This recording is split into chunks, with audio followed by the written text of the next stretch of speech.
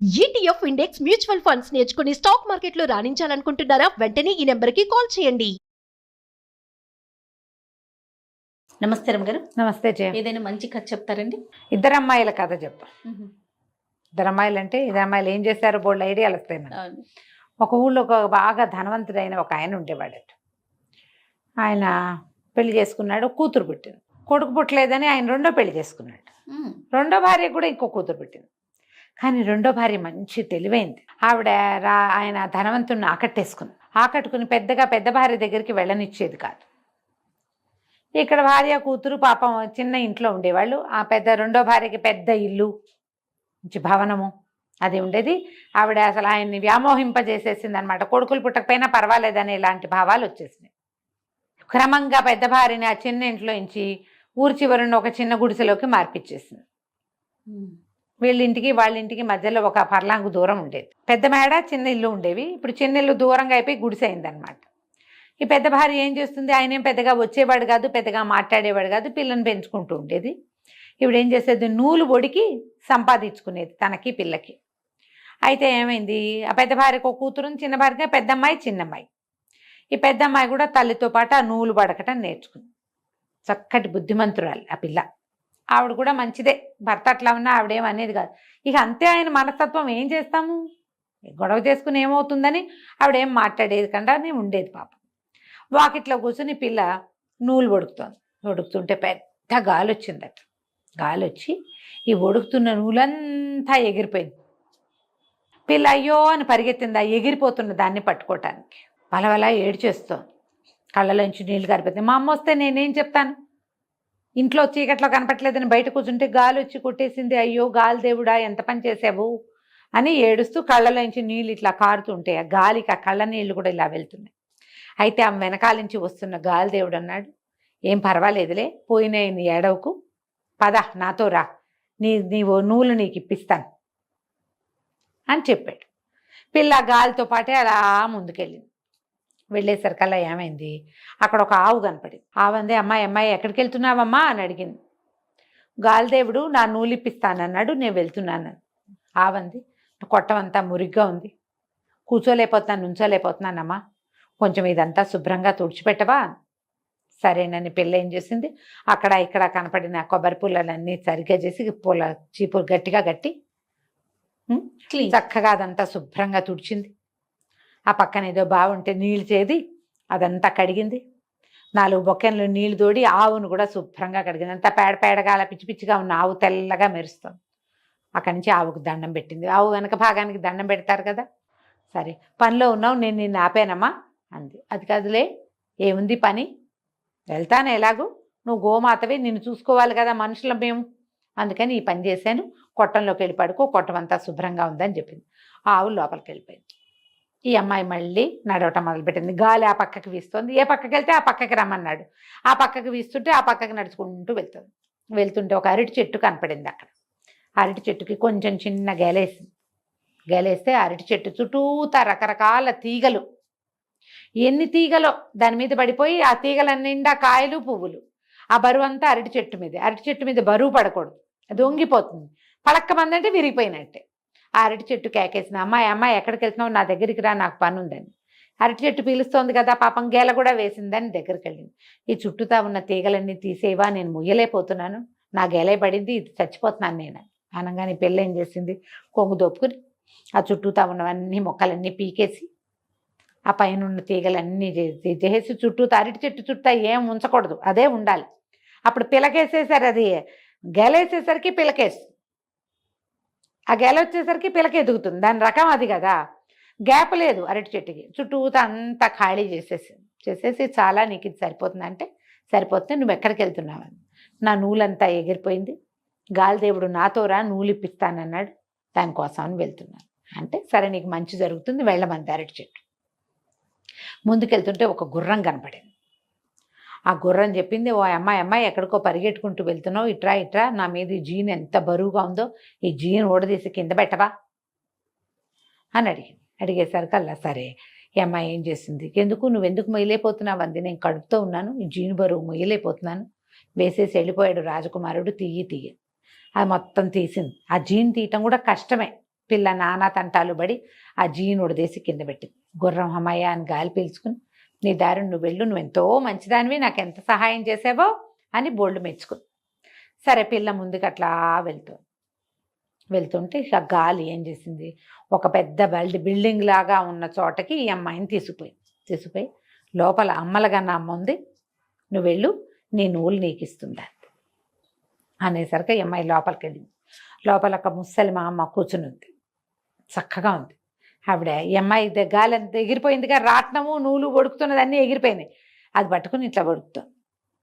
ఈ అమ్మాయి చూసింది, అమ్మ నా నూలు నాకు ఇప్పించవా అని అడిగితే, ఎందుకు ఇప్పించను, చక్కగా ఇప్పిస్తా, నువ్వు చూడు ఎప్పటి నుంచో రోడ్డు మీద ఉన్నట్టున్నావు, ఒళ్ళంతా దుమ్ము మురికి కొట్టుకుపోయినావు, నువ్వు పోయి ఇక్కడ కొలనుంది కోనేరులో స్నానం చేసిరా, 2 సార్లు మునుగు, 3ఓసారి మునగద్దు, 2 మాటలే మునగాలి అన్నది. సరేనని పెళ్ళి ఏం చేసింది, వెళ్ళి నీళ్లలో మునిగింది. మునగంగానే తెలుసుకుంది ఒళ్ళంతా తెల్లగా అయిపోయింది, తనకి చక్కగా ఉంది, నున్నగా మెరుస్తోంది.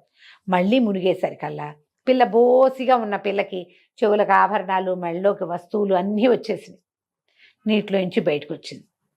అక్కడ ఏవో బట్టలు పెట్టున్నాయి, కట్టుకుంది. వచ్చి ముసలమ్మ దగ్గరకు వచ్చింది. మళ్ళీ అమ్మ నా నూలు ఇప్పించవా, ఎందుకు ఇప్పించను, ఇప్పిస్తాను, ఎన్నాళ్ళైందో నువ్వు సరిగ్గా తిని, పక్కనే భోజనశాల ఉంది, వెళ్ళి శుభ్రంగా భోజనం చేసిరా అనేసరికి పిల్ల అక్కడికి వెళ్ళింది. ఆ హాల్లో బోళ్ళని పప్పులు, కూరలు, పులుసులు అన్నీ పెట్టున్నాయి. అన్నం ఉంది, పేటేసుకుని కంచం పెట్టుకుని అన్నం తిన్నది. అన్నీ తిన్నాక మళ్ళీ వచ్చి, అమ్మ నువ్వెన్నో ఇచ్చావు నాకు, ఈ ఆభరణాలన్నీ వచ్చాయి, నీళ్ళలో మునిగేసరికి శుభ్రంగా తిన్నాను, పాపం మా అమ్మకి ఏమీ లేదు అంటే ఇవి నవ్వింది. ఏం పర్వాలా, మీ అమ్మ కూడా అన్నీ ఉన్నాయి, నువ్వు ఇక్కడ నీళ్ళలో మునిగేసరికి అక్కడ మీ అమ్మకి కావాల్సినవన్నీ వచ్చాయిలే, మీ అమ్మ కూడా అన్నం తిన్నది, ఏం పర్వాలేదు, ఇంకొకటి ఇస్తాను, అది పట్టుకుని వెళ్ళు, అక్కడ చూడు ఎన్నో బుట్టలు ఉన్నాయి చూడండి, అక్కడంతా ఇంత అంత అంత అంత పెద్ద పెద్ద బుట్టలు బోల్డ్ ఉన్నాయి, ఆ బుట్టల నుంచి ఒక బుట్ట తీసుకెళ్ళు, నీకు కావాల్సిందే అని. ఈ పెళ్ళి అనుకుంది, ఇన్ని రకాలు ఇస్తే మళ్ళీ బుట్టల దేట తీసుకెళ్తాం, సరేలే అని అన్నిట్లో చిన్న బుట్ట ఒకటి తీసుకుంది. బుట్ట పుచ్చుకుని, ఈ బుట్ట జాలమ్మ వెళ్ళిపోతానంటే ఆవిడ నవ్వింది. ఆ నూలంతా ఇట్లా చుట్టి ఉండ చేసి చేతిలో పెట్టింది. నూలు ఉండ తీసుకుని వెళ్ళిపోను అని. పిల్ల నడుచుకుంటూ వచ్చింది వెనక్కి. వచ్చేసరికి అలా గుర్రం కనపడింది, దానికి ఒక పిల్ల పుట్టింది. గుర్రం అంది, ఈ గుర్ర పిల్లని తీసుకుపో, గుర్రం ఎక్కువ, నేను ఇంటికి తీసుకెళ్తుంది, దీన్ని నువ్వే ఉంచుకోమని. ఆ గుర్రాన్ని ఎక్కి వెళ్ళటం మొదలుపెట్టింది. అరటి చెట్టు కనపడింది, అది ఇంత పెద్ద గెలేసింది. అరటి చెట్టు ఏం చేసింది, దాత నన్ను ఎటాగు కొట్టేస్తారు, ఈ గెల నువ్వు పట్టుకెళ్ళని ఆ గెల ఇచ్చి గుర్రం మీద పెట్టింది. అరటి పళ్ళ గెల పుచ్చుకొని వెళ్తుంటే ముందు ఆవు కనపడింది. ఆవు దూడ, ఆవుకు ఒక దూడ ఉంది. ఆవు ఏం చేసింది, ఇట్రా అని ఆ ఘాట్లో చూడు ఇక్కడ సంచి ఉంది, ఆ సంచి తీసుకో అంది. ఆ సంచి నిండా బంగారు మొహరీలు ఉన్నాయి, ఈ సంచి పుచ్చుకెళ్ళు, ఒక్కడు కూడా ఇది శుభ్రం చేయాల, నువ్వే ఇది శుభ్రం చేసిన దానివి అని చెప్పి ఆ బంగారం ఉన్న మూట పిల్ల చేతిలో పెట్టి, ఆ పిల్ల ఆ గుర్రం మీద వేసుకుని ఆ గుర్రం ఎక్కి నిదానంగా ఇంటికి వెళ్తే తమ ఇంటి ప్లేస్లో పెద్ద ఇల్లు వాకిలి అన్నీ ఉన్నాయి. అప్పుడు ఈ పిల్ల చెప్పింది, అమ్మలుగా అమ్మని చూశాను, ఎంత బాగుందో, ఇదిగో ఈ నూలేమో నీకు ఇచ్చింది, ఈ బుట్ట నాకు ఇచ్చిందమ్మా అని చెప్పి అరటి పళ్ళ గేల, ఈ గుర్రము, డబ్బు అన్నీ తల్లికి అప్పచెప్పింది. అమ్మంది, ఈ బుట్టలో ఏముందమ్మా, ఏమో నాకు తెలియదమ్మా, ఏదో ఒక బుట్ట తీసుకెళ్ళమంది, ఇన్నిచ్చింది, ఇంకా పెద్ద బుట్ట ఎందుకని చిన్న బుట్ట తీసుకొచ్చానమ్మా, ఎక్కడైనా తగిలించుకుందాం బాగుందని. అమ్మంది, అందులో ఏముందో చూద్దాం పట్టని ఆ బుట్ట తీశారు. ఆ బుట్ట ఎప్పుడైతే ఓపెన్ చేశారో అందులో నుంచి ఒక పెద్ద వెలుగులాగా బయటకు వచ్చి ఒక పొడుగాటి కుర్రాడు వచ్చాడు అక్కడికి. ఆ వెలుగు ఒక కుర్రాడుగా మారింది. ఆ అబ్బాయి ఏం చెప్పాడంటే, నేను ఈ దేశాలని రాజుగారి 2వ కొడుకుని, ఓహో, ఈ బుట్టలో ఉన్నాను నేను, నన్ను ఎవరు బయటికి తీస్తారో ఆ పిల్లని నేను పెళ్లి చేసుకోవాలని అమ్మలుగన్నయ్యమ్మ చెప్పింది నాకు అని చెప్పి ఈ పిల్లని నేను పెళ్లి చేసుకుంటానన్నాడు. వాళ్ళ అమ్మ ఆశ్చర్యపోయింది. ఓరిని భలే చక్కగా పిల్లకు పెళ్లి చేయాలన్నదే దిగులు, పెళ్లి కూడా కుదిరిపోయింది. చక్కగా అంగరంగ వైభవంగా పెళ్లి చేశారు. రాజుగారు 2వ కుమారుడు వీళ్ళ మేడలోనే ఉండిపోయాడు. చుట్టుపక్కల వాళ్ళందరూ ఓహో పిల్లకి ఎంత దశ పట్టిందని చెప్పుకున్నారు. రాజుగారి ధనవంతుడి చిన్న భార్య కూతురికి కూడా పిలిపెళ్ళింది, చిన్నమ్మాయికి కూడా. కానీ వాళ్ళు రాల పెళ్ళికి. ఇంత చక్కటి పెళ్లి కొడుకు వచ్చాడు, ఏమిటో ఇవి అవి కలిసి వచ్చినాయి, గుర్రం వచ్చింది, వాళ్ళ ఇంటికి అవి వచ్చినాయి ఇవి వచ్చినాయి అని చెప్పుకున్నారు. సరే 2వ భార్య అంది, వసే అవన్నీ మనకి వస్తాయే, నువ్వు వెళ్ళు. నువ్వు కూడా వెళ్ళు, ఆ అమ్మలుగా నమ్మ ఏమిటో చూసిరా ఇట్టాట. నేను వెళ్ళి కనుక్కున్నాను నేను, ఏమీ లేదు, వాకిట్లో నూలు వడుకుతూ కూర్చో, గాలి వస్తే గాలితో పాటు పో, అమ్మలుగా నమ్మని చూసిరా, నీకు కావాల్సింది అడిగి తెచ్చుకోవచ్చు, పెద్దది అటాగే తెచ్చుకుంది, నువ్వు కూడా అటాగే తెచ్చుకోవచ్చు. చిన్నది మహా పొగరబోతు, సాగుబడి, దాని ఇష్టం. వాళ్ళమ్మ ఇప్పుడు వాళ్ళ దగ్గర చాలానే ఉన్నాయి, ఉంచుకోవచ్చు కదా. ఈ వీళ్ళ దగ్గర ఉన్నవి కూడా మనకే కావాలని ఎందుకు అనుకోవాలి ఎవరైనా? సరే వాకిట్లో కూర్చుంది నూలు పడుకుతూ, గాలి రాదు పాడు రాదు ఎప్పటికీ. దాంతో ఏం చేసింది ఈ అమ్మాయి, లోపల నుంచి ఒక విసినకర్ర పట్టుకొచ్చి బాగా విసిరి ఆ నూలంతా ఎగిరిపోయేలాగా చేసింది. విసరగా విసరగా గాలిదేవుడు వచ్చాడు. ఏమిటమ్మాయి విసురుతున్నావు అన్నాడు. నా నూలంతా ఎగిరిపోయింది, నాకు తెచ్చివా అంతే. సరే నాతో రా, నేను తెచ్చిస్తానన్నాడు. సేమ్. సరే వెంబడి పెట్టు తీసుకుపోయాడు. తీసుకెళ్తే ఒక ఆవు కనపడింది అక్కడ.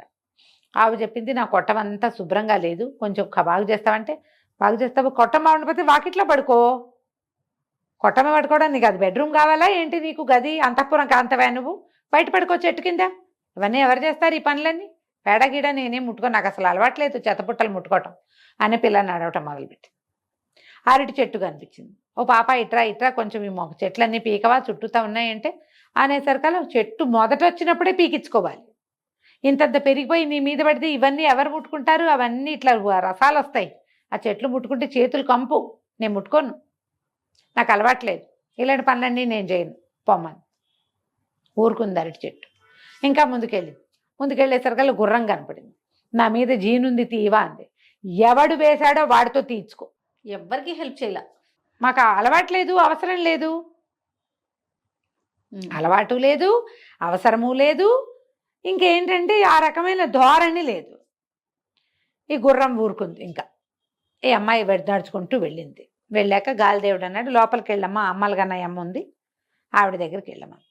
లోపలికి వెళ్ళింది. ఆవిడ నూలు తీసుకుంటుంది. ముసలి మా అమ్మ కూర్చుంది. లోపలికి వెళ్ళింది. ఈ అమ్మాయి అటు ఇటు చూస్తుంది. అమ్మలుగన్నయ్య అమ్మ అంటే ఈ పిల్ల ఏమనుకుంది, ఈవిడ ఇటాగో కూర్చుంటుంది అనుకుంది. ఇటు చూస్తే ముసలిమామ ఉంది ఇక్కడ, ఈవిడే అమ్మలుగన్న అమ్మాయి ఉంటుందని దాని ఊహ కూడా రాల. లోపలికి వెళ్ళి, ఓ ముసలమ్మ నువ్వేనా అమ్మలుగన్నమ్మవి, రే ఆవిడ ఎవరన్నా ఉందా అని అడిగింది. ఆవిడ నవ్వి, నేనేను అని. సరే మా పెద్దదానికి ఏవో ఇచ్చావు చాలా, నాకు కూడా ఏమైనా ఇవ్వు, అవి పుచ్చుకుని నేను వెళ్తా అంటే ఆవిడ నవ్వింది. అలాగే వెళ్ళి చెరువులో మునిగిరా, కొలంలో 2 సార్లు మునుగు అంతేనంత. సరే పిల్ల వెళ్ళింది, నీళ్ళల్లో మునిగితే చక్క తెల్లగా మెరిసిపోయింది. బాగున్నాను అనుకుంది. రెండోసారి మునిగితే మామూలుగానే దానికి కొన్ని ఆభరణాలనే ఇంకా వచ్చినాయి, గజ్జలు అవి గల్లు గల్లుమంటూ. మూడోసారి మునిగితే ఏమిటో బ్రహ్మాండం పగిలిపోతుంది అనుకుంది. మూడోసారి మునిగేసరికల్లా ఏముంది, మొత్తం నగ నట్ర అన్నీ పోయి మొహం నిండా కురుపులు, పొక్కులు, గడ్డలు, అక్కడక్కడ వెంట్రుకలు ఇన్ని వచ్చినాయి. నిర్ఘాంతపోయింది. అది లేచి బయటకు వచ్చి సో ఇదేమిటి, నేను ఇట్ట తయారైన ముసల్దాన, నువ్వు నన్ను ఏం చేసావే, నీ మొహం మండా అని తిట్టింది అమ్మవారిని.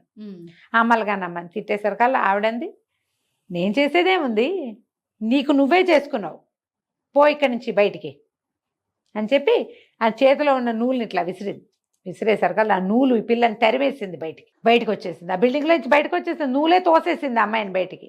ఆ తోసుకుంటూ తీసుకొచ్చేసింది నూలు, ఇంకక్కడ నిలవనివ్వల. వచ్చేసరికల్లా వరుసగా కనపడ్డాయి గుర్రము, అరటి చెట్టు, ఆవు. వాళ్ళకి ఏ సహాయము చేయలేదుగా, ఏమీ ఇవ్వల. గాలితోటి నూలుతోటి తోయబడుతూ ఈ చిన్న అమ్మాయి ఇంట్లోకి చేరిపోయింది. వాకిట్లోకి వచ్చిన పిల్లని చూసి తల్లి గుర్తుపట్ల. అది మామూలుగా తెల్లగా అందంగానే ఉంటుంది, మరి నగా నట్ర పెట్టుకుని పిల్ల కళగా ఉంటుంది. కళ లేదు, కాంతి లేదు, మొహం నిండా గడ్డలు, మచ్చలు, మోచేతుల దగ్గర అక్కడ ఇంత పొడుగున వెంట్రుకలు. దీన్ని ఏం చేయాలో తెలియలా తల్లికి. ఏం చేస్తే ఇది క్యూర్ అవుతుంది?